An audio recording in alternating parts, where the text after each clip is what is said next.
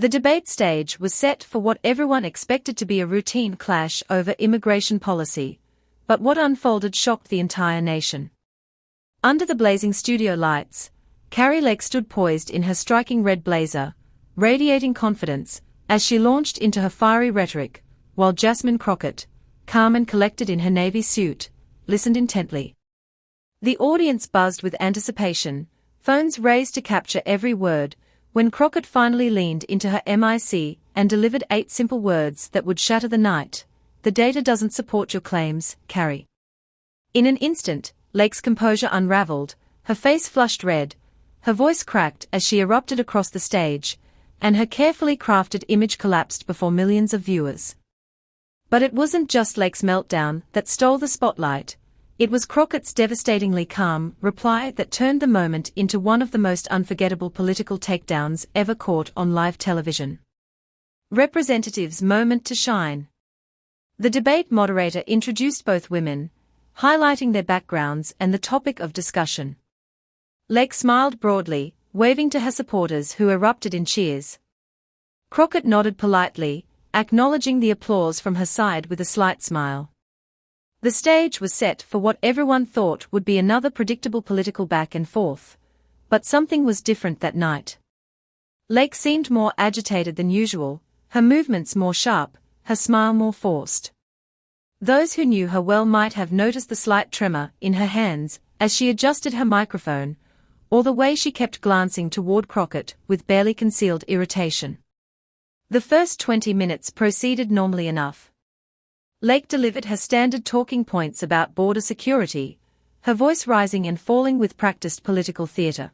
She gestured dramatically, pointing toward the audience and emphasizing key phrases with the skill of someone who had spent years on television.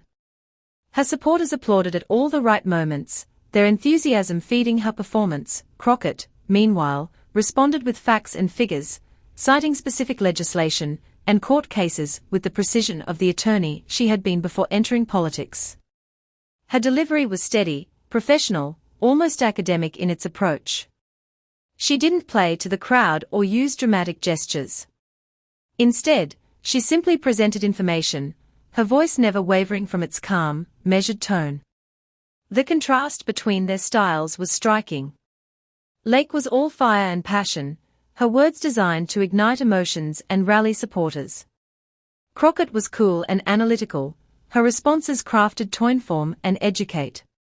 It was exactly the kind of political theater that made for good television. The passionate populist versus the careful professional. As the debate continued, Lake's energy kept rising. Her voice was booming, her gestures sharp, her words more extreme with every sentence. Her supporters roared back, feeding the fire, every cheer pushing her higher. It looked like she was in complete control of the stage, and then, Jasmine Crockett leaned toward her mic.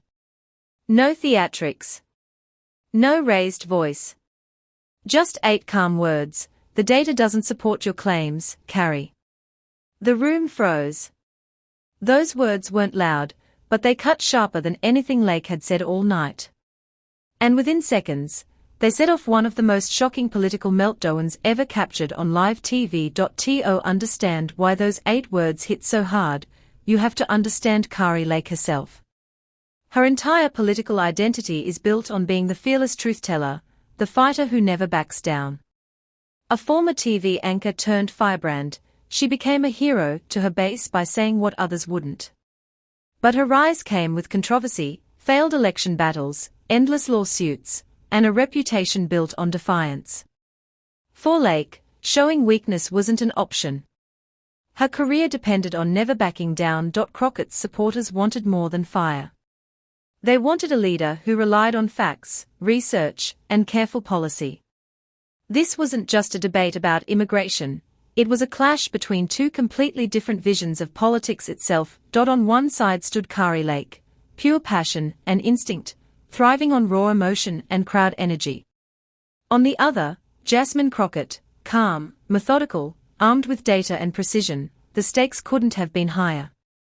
Both women knew every word would be dissected, replayed, and weaponized online.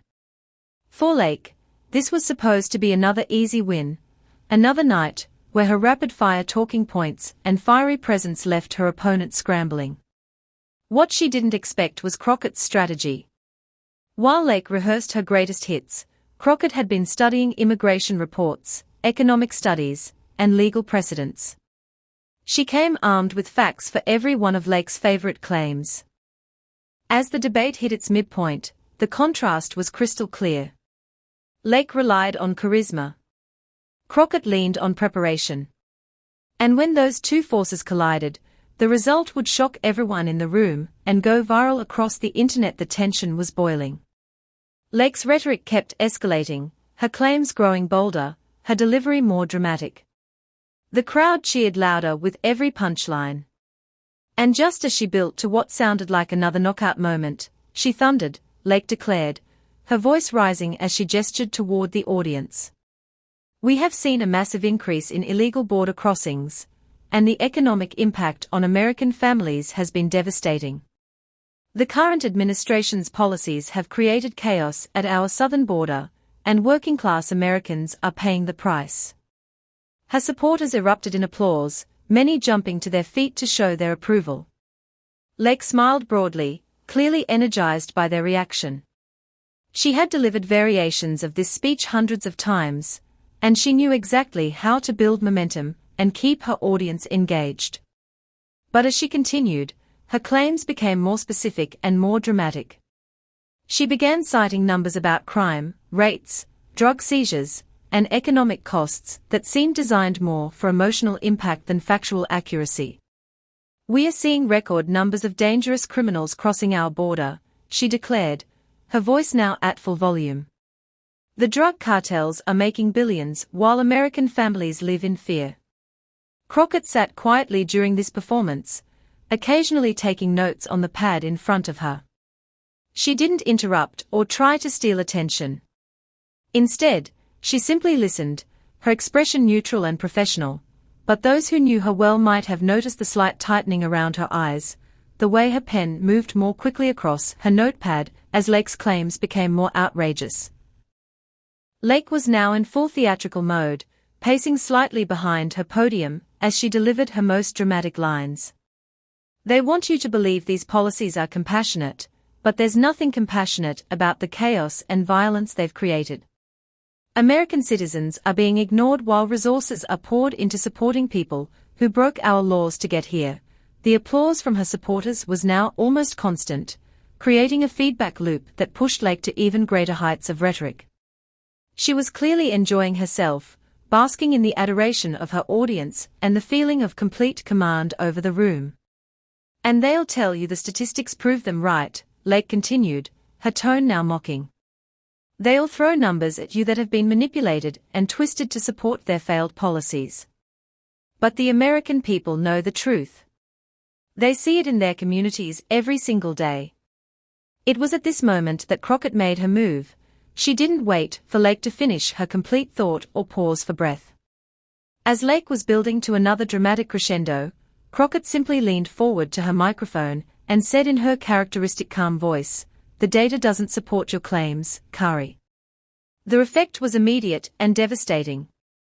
Lake stopped mid-sentence, her mouth still open as if the words had been physically yanked out of her throat. The audience fell silent, stunned by the room went silent. Only the hum of the cameras and the air conditioning remained. Lake's face flushed red, her composure slipping. "Excuse me," she snapped, voice sharp. Crockett didn't move. "Calm, steady," she repeated, "the data doesn't support your claims. The statistics you're citing are outdated or inaccurate." That was the breaking point. Lake gripped the podium, her voice cracking. "How dare you? I've been covering these issues for decades." Her polished image was gone, blazer wrinkled, hair coming loose, spit flying as she shouted. "You think you can dismiss everything I've said? You think you're smarter than the American people?" The audience froze, unsure how to react. Even Lake's supporters looked shaken. Through it all, Crockett stayed still, hands folded, her expression unchanged, as if Lake's meltdown was nothing more than background noise. Lake's shouting grew frantic, her finger trembling as she pointed at Crockett. "I've been researching these issues for decades. I have sources you've never heard of, she screamed, voice cracking. After minutes of rage, her words collapsed into silence, her face flushed, hair undone. The room froze. Then Crockett spoke, calm and steady. I understand you're upset. But the facts remain the same, no matter how loudly we discuss them. Experience doesn't change data. And data must guide policy. Lake tried to reply, but no sound came. She seemed physically rained from her outburst, and the stark contrast between her emotional explosion and Crockett's professional response had left her without a clear way to respond. Crockett reached for the notepad she had been writing on throughout Lake's speech. You mentioned record numbers of dangerous criminals crossing the border, she said, flipping through her notes with the casualness of someone reviewing a shopping list. According to the Department of Justice's most recent statistics, violent crime rates in border communities have actually decreased over the past 5 years. She looked up from her notes, making direct eye contact with Lake for the first time since the outburst began. You mentioned drug cartels making billions. That's certainly true, but interdiction rates have increased by 37% over the same period, resulting in record drug seizures and arrests of cartel operatives. The audience was completely captivated. Now, after the chaos and screaming, Crockett's methodical presentation of facts felt like watching a master craftsperson at work. Each statistic was delivered with precision and backed up by her carefully prepared notes. You also mentioned resources being diverted from American citizens, Crockett continued, her voice never wavering from its professional tone. The Congressional Budget Office's analysis shows that immigration actually provides a net positive economic benefit to most communities, with tax contributions from immigrant workers exceeding the cost of services provided. Lake tried again to interrupt, but her voice came out as more of a croak than actual words. The screaming had damaged her vocal cords, and she could barely speak above a whisper. The woman, who had built her career on her powerful speaking voice, was now literally voiceless. Crockett didn't acknowledge Lake's meltdown. Instead, she calmly dismantled each of Lake's claims, citing reports and offering to share copies. Her tone remained steady, professional, even respectful. Lake, slumped in her chair, looked drained, her blazer wrinkled, her voice reduced to a whisper. Crockett, unchanged and composed, turned to the audience. We can debate passionately, but accuracy and respect must guide us. Lake finally rasped into the microphone, You think you're so smart. Crockett stayed unshaken. I think preparation is important, she said simply, her calm tone cutting deeper than any insult. The audience sat in silence, the contrast unmistakable. Lake, disheveled and unsteady, whispering, This isn't over, while Crockett stood poised and professional. Instead of gloating, Crockett looked at her with quiet sympathy. It doesn't have to be adversarial. We both want what's best for the country, we just see different paths. The compassion in her voice drained the last bit of fight from Lake, who slumped into her chair defeated. Then, without theatrics, Crockett turned back to her notes and resumed the policy discussion, as if nothing had happened. When the debate began, Jasmine Crockett turned what could have been chaos into a masterclass. While Kari Lake melted down, yelling, losing her voice, and slumping in her chair, Crockett stayed calm, composed, and prepared. For 15 straight minutes, she laid out clear, detailed policy positions while Lake sat silent, looking defeated. Clips of the moment spread like wildfire online. The internet latched onto Crockett's calm one-liner, I understand you're upset, but the facts remain the same regardless of how loudly we discuss them.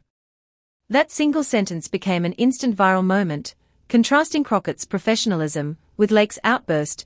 Commentators across the spectrum agreed, Crockett showed what real leadership looks like, preparation over performance, facts over fury. While Lake's brand as a fearless fighter crumbled, Crockett's profile skyrocketed. Overnight, she went from underestimated to nationally respected. The lesson was clear. In an era dominated by shouting and theatrics, voters still respond to competence and composure. Crockett didn't need to yell. She just stuck to the facts, and that proved more powerful than any meltdown.